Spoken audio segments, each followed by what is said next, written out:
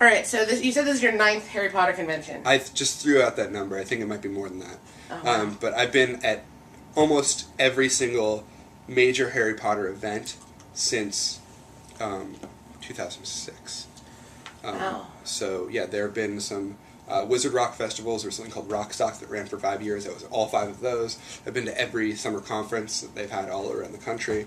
And you've always been, like, performing at it, or did you start as a fan going and then starting? I never was part of the Harry Potter fandom as a fan at all. And it's a really strange way to experience it, because I liked Harry Potter, but I liked the time between me liking Harry Potter and me writing a song about Harry Potter and putting it up on MySpace and people responding like, hey, you're a band, essentially now, was like, I think a month.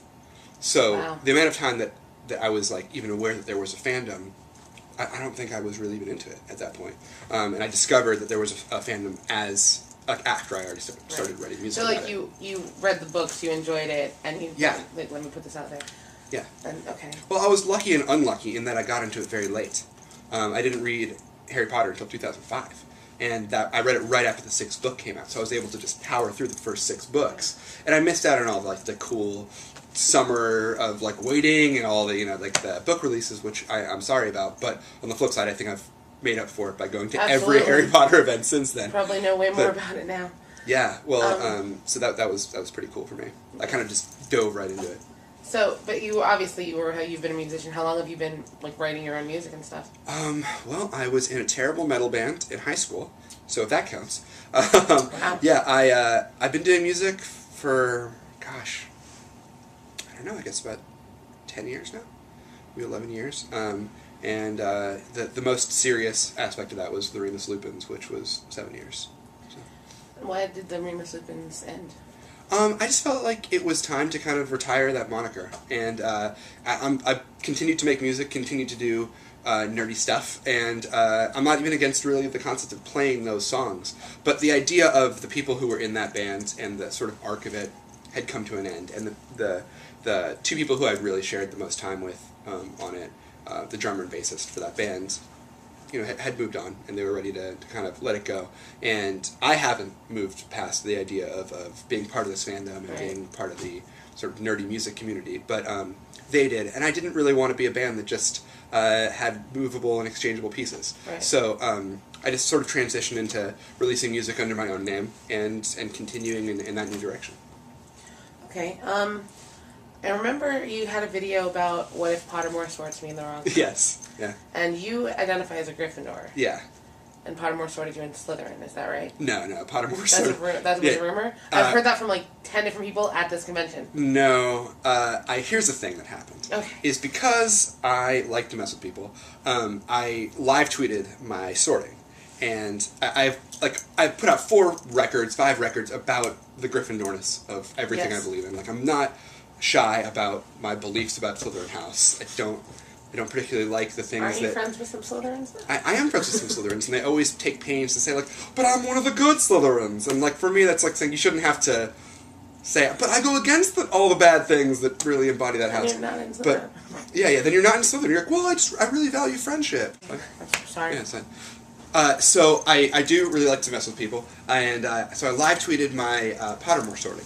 And since I've been very vocal about how Gryffindor-y I am, I thought it would be really funny to kind of just toy with people on Twitter. So I went to Google Images and just found screen caps of different people's sorting, and so I screen capped it and then put it up on Twitter, the Slytherin sorting page, and then I just wrote "what," and I got about 100 zillion @replies of people being surprised, and then immediately I did the same thing with Ravenclaw, and then the same thing with Hufflepuff. Okay, so you were just sorted into all 4 houses, basically. And then at the end of it, for people who were actually paying attention, I said, and then I put my actual screen cap, and I said, obviously I'm a Gryffindor.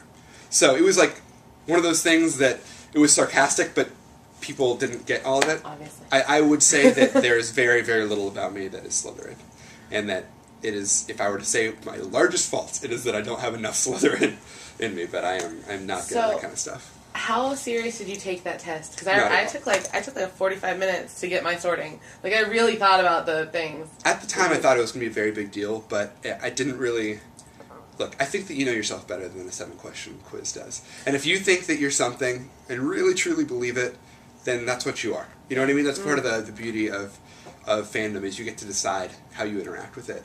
And I don't think that an online quiz can tell you who you are. Well, for me, I never associated with a particular house. Mm-hmm. So I was like, let me really take the time to answer this. Mm-hmm.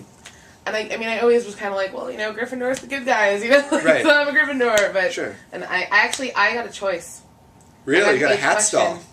It's pretty good. And it was between Ravenclaw and Gryffindor. And I was like, good. Hell yeah, I'm a Gryffindor. Yeah. I'd be fine really with anything except for Slytherin. Personally. Victoria's a Slytherin. That's like, okay. Camera Girl is a Slytherin. That's fine. I think it's fine to be a Slytherin, but there's something a little bit weird, and I apologize if anybody watching this is offended by this. But people who are like really, really excited about being Slytherins, that's weird to me, because like the bad guys, and it's kind of embody evil. It's one thing to be like, I like the bad guy, but when you're really seriously talking about it, like I really agree with these like racist and So, like anti-Muggle. Yeah. Like, I don't know, even people who really like Voldemort freak me out. I think I'll just say that as a blanket statement. There are people who really like Voldemort, and it's like, okay, you're cool, and I'm happy that we're in the same fandom, but I'm concerned about your belief system. If you call him the Dark Lord, If you don't say his name. yeah, it concerns me. I'm not afraid to say his name. Voldemort, say it all day long. I don't think we have anything to worry about. We got him. Harry took care of it. It's fine. Thank goodness for Harry.